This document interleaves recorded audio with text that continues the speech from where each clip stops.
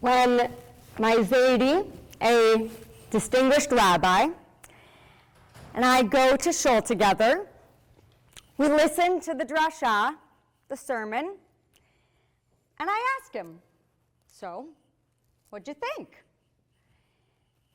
And he tends to respond by saying, well, of the 3 different drashot that were in that one, which one are you referring to?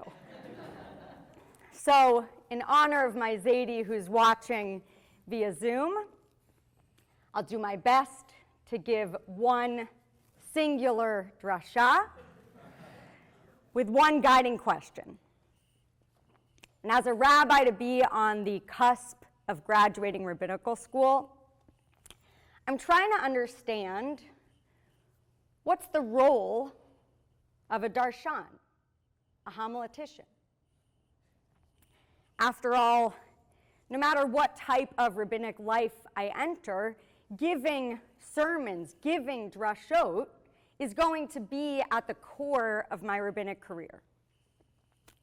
And when I say giving drashot, I don't just mean giving a homily to a congregation.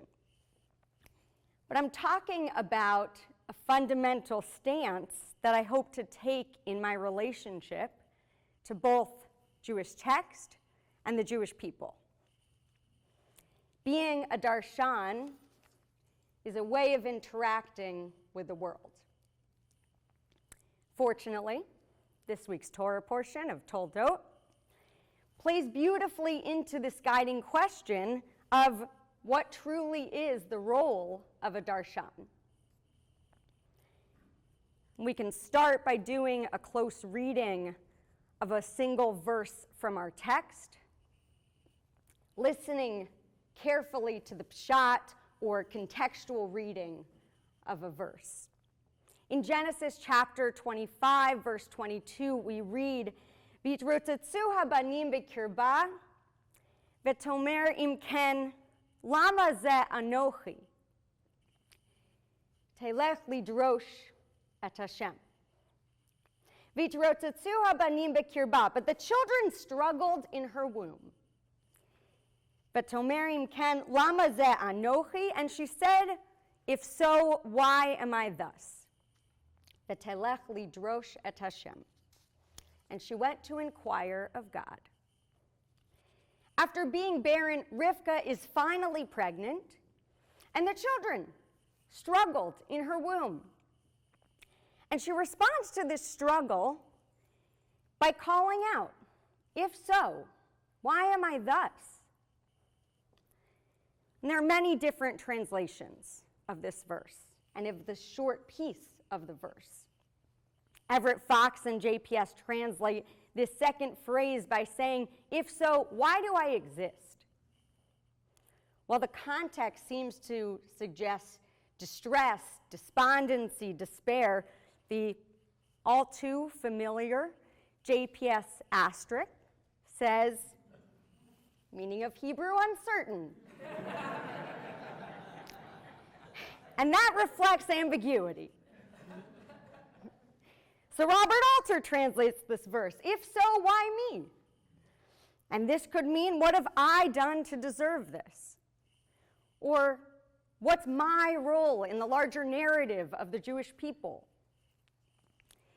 And I might venture to add that Rivka could be asking a timeless question of pregnant women.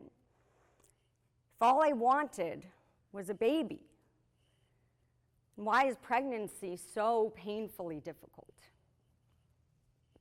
In just this middle section of the verse, there's so much uncertainty and ambiguity. And in the final phrase of the verse, we find the following words. V'telech lidrosh et Hashem. And she went to inquire of God.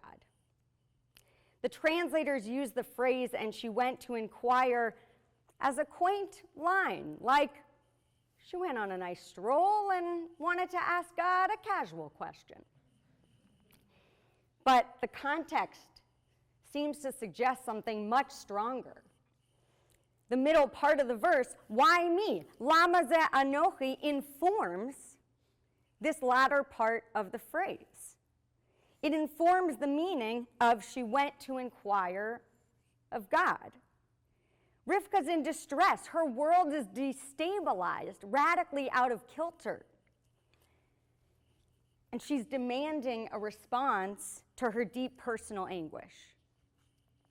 It's only by listening closely and contextually to each part of the verse that we can attempt to more clearly understand Rivka's plight.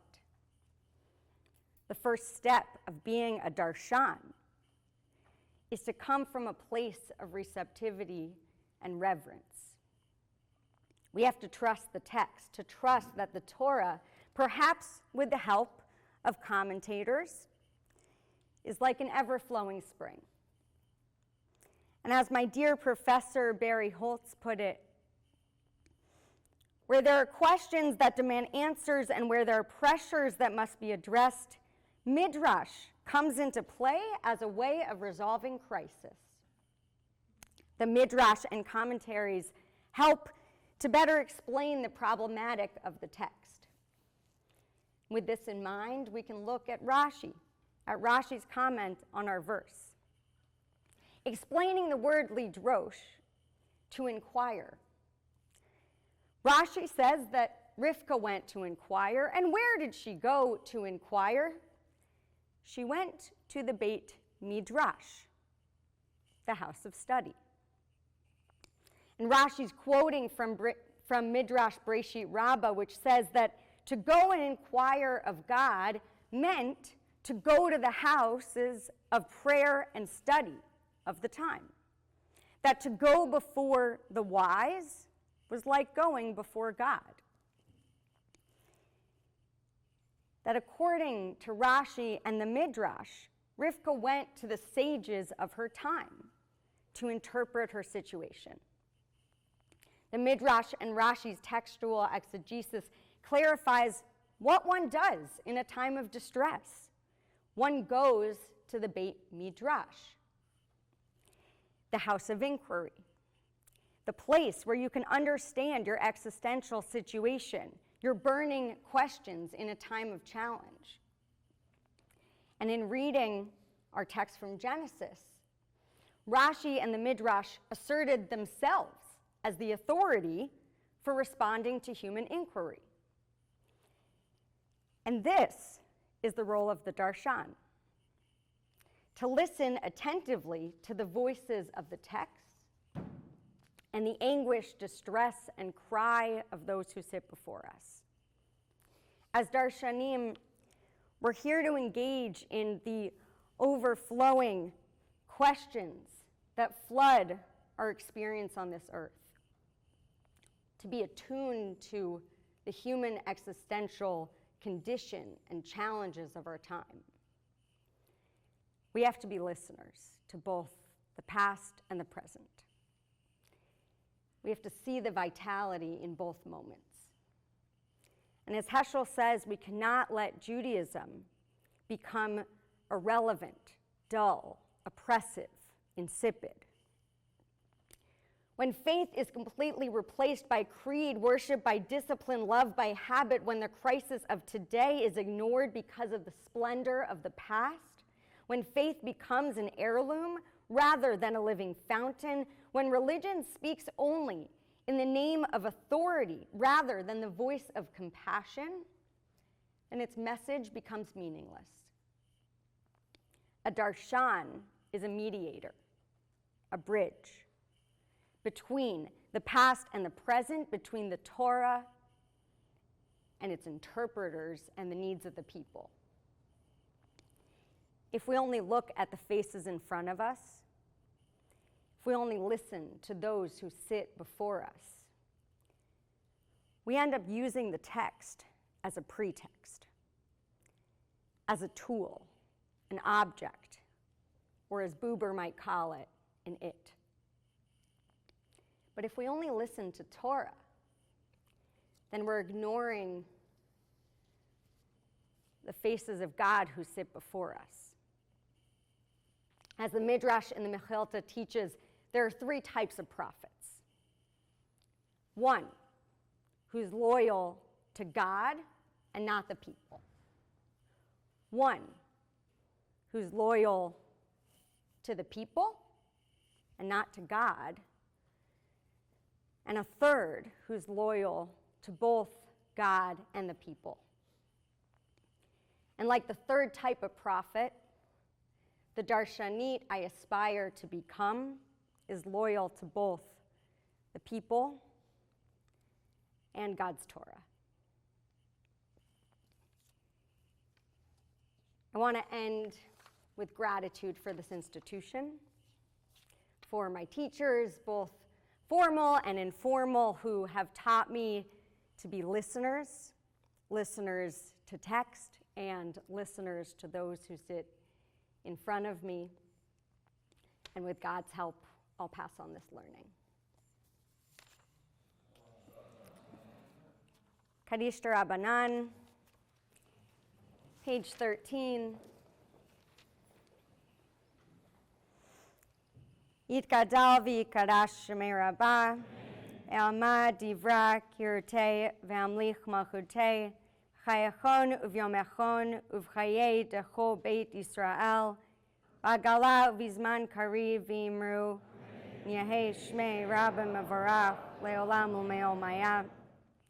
Yitbarach v'yishtabach v'yitpa'ar v'yitromam v'yitnaseh, v'yitadar v'yitalev v'yitalal, shemei dekudsha, Leila min kol birchata v'shirata, tushbachata v'nechmata, daminran be'alma v'imru, al Yisrael v'al Rabbanan v'al Talmidehon, v'al kol Talmidei Talmidehon, v'al kol man daskin v'oraita, di v'atra hadain v'di b'chol atar v'atar, yehei lehon ulechon shlama rabba, china v'chista v'rachamin, V'chayin arichin umezona revicha, vorkana min kadam avuhon di vishmaya v'imru, yehei shlama rabba min shemaya, v'chayim tovim aleinu v'al kol Yisrael v'imru, yoseh shalom b'imromav, hu brachamav yaseh shalom aleinu v'al kol Yisrael v'imru.